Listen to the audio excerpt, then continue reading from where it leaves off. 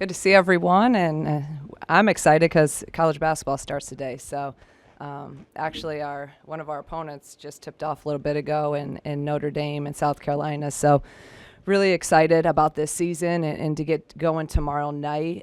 We got a big week with 2 games this week, and starting obviously tomorrow with Morehead State, and then going on the road to Marquette, which will be a really, really tough game, but it'll be good for us. We need that road test early on, so I'm excited to see where we're at, and we're going to know that this week really where we stand and what we need to continue to work on. But really happy with the team so far, and again, excited to get going. So I'll open it up to questions. Tyra didn't finish the exhibition game. Any update on her status and availability? Yeah. As of right now, it's really day to day. We're trying to see symptoms and how she's doing. So day to day. What would it mean for you guys, depth-wise, if she is unavailable tomorrow? It's like anything. We faced injuries and illnesses last year, and it's part of the game. So it's next woman up, and we're deeper than we were last year. So just different people would have to step up. I mean, that's all part of every sport. So I know our team will be ready if that's the case, and hopefully we'll have hopefully we're healthy the whole year. But as we know, it doesn't happen. So I know we'll be ready, whoever that is and whenever that is. How much does it help too that Genesis has played the point, so you can, there's some tie over there if you had to play her at that position? How much comfort level do you have with that? Yeah, I mean, I'm way more comfortable this year than even last year. And you guys remember, I think it was the Missouri game, right? Makira was out, and that's when Jen kind of stepped up and really got her start for that season of just exploding. So, this year's a little bit different. I think that I have comfort and trust in every single person, whether it's even Cam this year, if it's a point guard situation. She understands what it takes now. So that's a nice thing about adding some pieces. You have a little bit more options, if an injury, whatever, happen. Because knock on wood, it doesn't happen the rest of the year, but I'm sure something's going to come up at one time or another. So I know you mentioned some other non-conference opponents that are really highly thought of this year. What was the process for you guys in building that non-conference schedule and just maybe resume-wise as well? I've always believed that you have to play the best in order to be the best, and we had to do the same thing when we were at Dayton, to get those non-conference, opponents, high level, high net opponents early. It's a little bit different because we have the Big Ten now, and our schedule in the Big Ten this year is a heck of a lot harder than it was last year. So I think we needed that fine line of being tested early, having some good opportunities, but also not killing yourselves in the non-conference. So I think that this team, it's always about what your team needs and where they're at in terms of where you're at as a team, right? Last year, I think our schedule fit us. We didn't know. This year, I think our schedule fits us in terms of, challenging ourselves a little bit more with, again, at Marquette, great road opportunity, and that's a great, resume opportunity as well. And then the Notre Dame game, we had that opportunity to play that. They had asked us, and I just thought that was a no-brainer, a neutral site. We knew they were going to be a top 10 team in the country, national televised. There's a lot of different things that go into that. We scrimmaged them last year, so it'll be really good for us. And then the Arkansas and Missouris and some of them, I think, are going to be really challenging. So it won't be like last non-conference where it was every game was a 50 point win. There's going to be some really tough tests for us. What can you tell us about Morehead State? What jumps out at you about that team? It's hard to look at them in this first few games of some of these schools because they have almost a whole new roster. They brought in a lot of junior college kids. So we're watching film, trying to get scouting stuff on them in junior college just to see personnel. So it's, at these games, I'm really more concerned about us and what we do and how we play and how we defend and sticking to our principles. I always say, really, we should be able to defend anyone we play without a scouting report if we stick to our principles and our core values defensively and offensively. Obviously, we don't go into any game without a scout, but they're going to get up and pressure us. They spread the floor. They're athletic. Not as big as us, but they're extremely athletic. So again, we got to focus on us, and especially in a game where we don't really have footage of half their team. We don't know what they're going to do.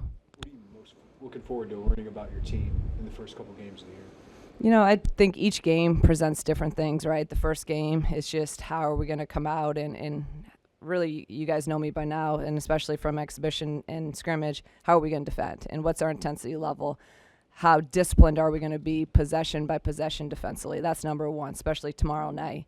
And then at Marquette, really the challenge is, and what I'm excited to see is how do we go on the road early on, second game, and how do we play against a really tough physical team? They're very well coached. They're going to be physical. They're tough. They're defensive minded. And you're not in State Farm Center. So I just want to see what really what you're made of and how you're going to respond in that situation.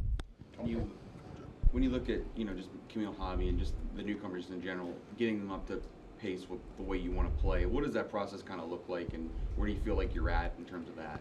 Yeah, it's a process, and we're better than what we were even a month ago, 2 months ago, but I think that there's still there's still growth to be had, and she's not used to playing at the tempo we're playing, but she's doing a great job of embracing it. So I think games will help. There's nothing better than games because now she's going to get that experience of, how long can you sustain playing both ends on the floor at the pace and the intensity level that we want. So I think that those are some of the things that, again, I'm excited to see the growth in Hobby and how she does with that. Of your 6 returners that you bring back, maybe other than KB, who would you say are your best communicators? Is that something you're looking for out of the veterans a little more this year? Yeah, definitely, and it's something we're continuing to be on them about because I think that's another area we've really, really been harping on them and trying to focus on our communication and then how to communicate effectively and saying the right things. Sometimes they're saying stuff, but it's not a good transfer of information, and it has to be quick, but it has to be loud, and it has to be efficient. So we're continuing every day to talk about talking, and yes, I rely heavily on our veterans and our returners. The most vocal on the court are usually KB and Makira. Genesis leads in her own way, and Jada and Dal and all them kind of lead in their own way. But in terms of vocalness in practice or some of that, those are our two most vocal. But there's a lot of ways to lead and a lot of, ways to communicate effectively. You talked a lot about defense after the exhibition. What's this week look like for you guys to kind of get that where you want it to be? Yeah, it was a lot of, just focusing in on the fundamentals of just closeouts. Like for us and our defense, it all really starts about our closeout. And if we can win what we call a 2-dribble war, if we can win our 2-dribble wars, and we're going to probably have a successful possession in that first one. If we get blown by early, now we're scrambling. Now when we're in rotations, that's not how we play. And you saw that. That's why I was losing my mind on, last Monday. Too many blow-bys. And they did a great job. Truman State's actually a really good team. If you think about what they run, how they space you, they're all able to shoot the three.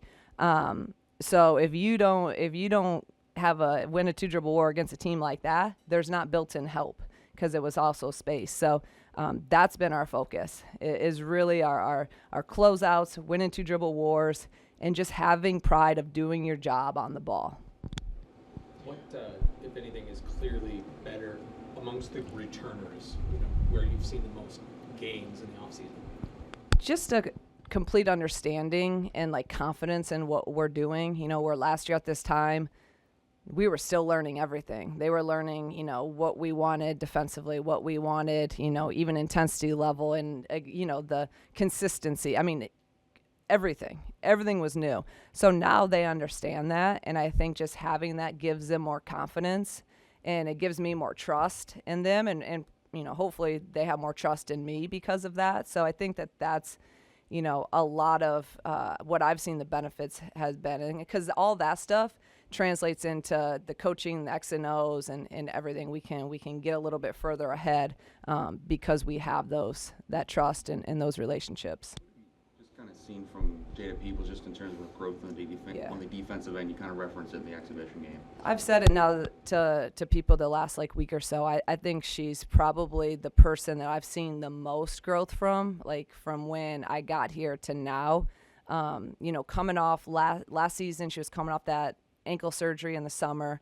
And just, again, a brand new coach, brand new system, not knowing, not understanding, what we were trying to do. And now to see her after a full, year and a half and a whole summer of training and workouts, just she's not a one-dimensional player anymore. Last year she was mostly a catch-and-shoot player. Now she's putting it on the floor. She's able to attack the rim. She's able to hit pull-ups in that mid-range. And what I love the most is her defensive ability. With her length and her ability to move, it really, really helps us. So I challenged her a week or two ago, I forget what it was, and I said in front of the entire team that I think she should be and could be one of our best defenders. So I want to challenge her to that. And tonight or tomorrow night, we're putting her on the leading scorer, of Morehead State. So giving her some assignments early to hopefully really buy in and take that challenge, and hopefully that'll pay off come Big Ten play and come some of these big time games where we have big wings and we need to be able to lock them up. You mentioned Cameron earlier, and she got some extended run in the second half. What have her growth points been from her freshman to her sophomore year? Yeah, she's come so far too. And the thing about Cam that, I love is that last year she worked, and she didn't get a ton of minutes, but she was always the one in the gym getting extra work in with her position coach. She's in watching film. Like she was in that stay ready so you don't have to get ready mindset, right? Like she was just working and constantly improving day to day. So I told her the other day, when Makara went out in the exhibition game, I'm like, you're ready for this because this is what you've worked for. So just valuing the ball, taking care of the ball, running the team, understanding our offense. She's a really good on-ball defender, so I really trust her with being able to keep the ball in front of her. She's made huge strides, so I know she's ready to go a lot more, whatever that looks like each game this season. How do you think that the team has handled and will handle, being more in the spotlight and being one of those teams that opponents kind of circle on their schedule? We'll see, right? That's one of those things that we're going to see how we handle it all. I mean, we haven't really, doesn't change anything we do. It's about our process, how we go about our business every day. My expectation's the same of them every day in practice now than it was a year ago at this time. And it's to give everything you have, be as disciplined as you can, play as hard as you can, be as passionate as you can, as together as you can, and just work. So, having a number in front of you, like, you make that more than what it is, it's going to be more than what it is. So it hasn't changed our approach. It hasn't changed our process. But they also have to understand, we talked about this last year some, that number does make people want to beat you more. And so that's the only, but we can't control that. We can only control ourselves. Still kind of working her way through post-injury, or I know she played a little bit of Duke last year, but does she kind of still have an indication of who she is post-injury now? I think injury-wise, she's feeling really, really good. So I don't think that's, anything that's bothering her. I think it's just she's pretty much like a freshman, and I think it's just going to be a process for her. And what I love about Shay is that she works. She has a ton of energy. She comes in. You saw her in the game. She's everywhere. She's talking. She's flying around, getting rebounds, and she's going to continue to improve. And she can shoot the ball at an elite level.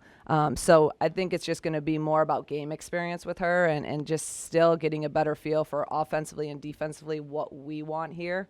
And again, I think experience handles a lot of that. So I expect her path to just continue to get better and better each and every day. Talked about Adalia and her ability to shoot, or your desire to see her maybe shoot a little bit more. What can that do for her to get some of those up in the non-conference before you get into Big Ten? Yeah, that's exactly. We're on the same page. So that's what I told her the other night. I want you to shoot. Where towards the end of last year, I was telling her not to take those shots because it wasn't helping our team.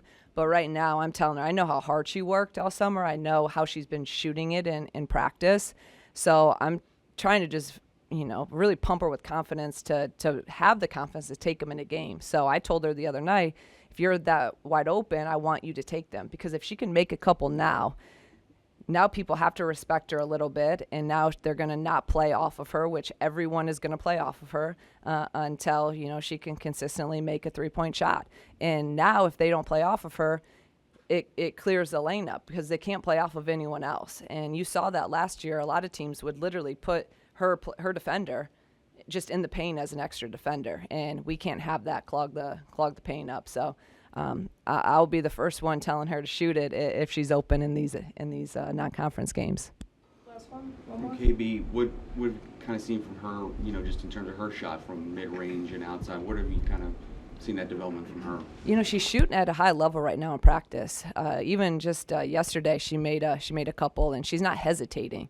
So I'm really hoping, and I'm going to be telling her as well, take those. If you're open, take them. Take them in the game just like you do in practice. Not think about it, let it fly.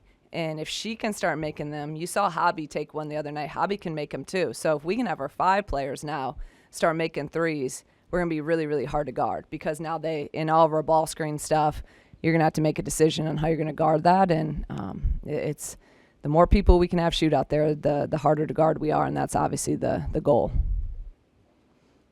Thank you. Appreciate it.